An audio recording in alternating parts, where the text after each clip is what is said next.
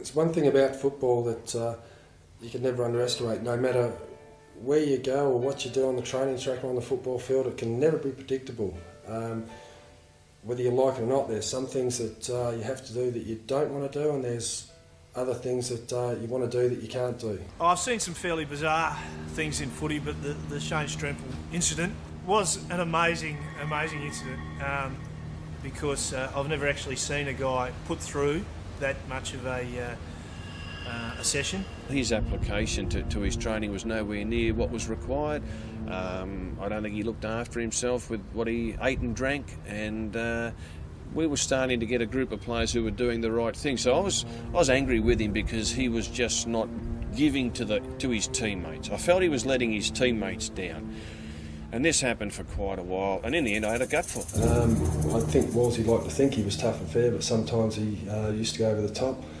And I thought, well, I knew the players were dirty on him, I was dirty on him, and I thought, well, I think it's time we got a little bit back on him. Robert Walls has called the players in and said, jog a lap.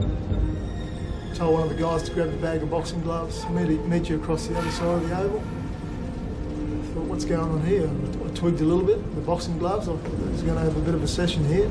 This certain night, there was 8 blokes picked out to basically teach young Strempel a lesson. We pulled the boxing gloves out and we made a big circle and we put Strempel in the middle of the circle and we let him go around with one player and then drop that player out, and then we put another player in to go another round. And what do? I mean, you're 21, senior coach tells you to do something, so you have to do it. You have to follow what the coach says. I remember the first couple of guys have come out, and Shane wasn't too bad. He was about 6'5", and he's throwing a few and he's looking all right. Non-stop, no break in between, and each round was against a newer, bigger, fitter, stronger opponent.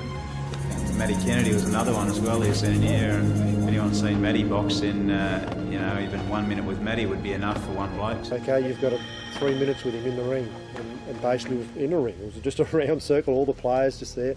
And the players were encouraging Matty Kennedy on, because it was sort of like, well, for every hit that you hit him, Matty, well, that's one saying, well, you shouldn't have had that drink. Hollywood didn't like this bloke at all, Hollywood O'Brien, and he went in there full bore and tried to give him as much pain as he could, and you really started to feel sorry for him and thought maybe it was a little bit overdone.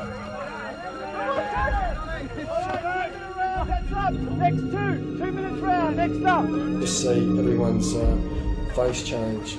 Like, the longer it went on, the less the people wanted to step in. They realised enough was enough, but obviously the person in charge didn't. Poor Strempel had copped a fair bit, and he was having trouble keeping his arms up, even protecting himself at this stage. Just one at a time, we've just gone through him. Just absolutely hammered him. He had, his teeth were getting chipped off, and he had saliva going everywhere and a little bit of claret.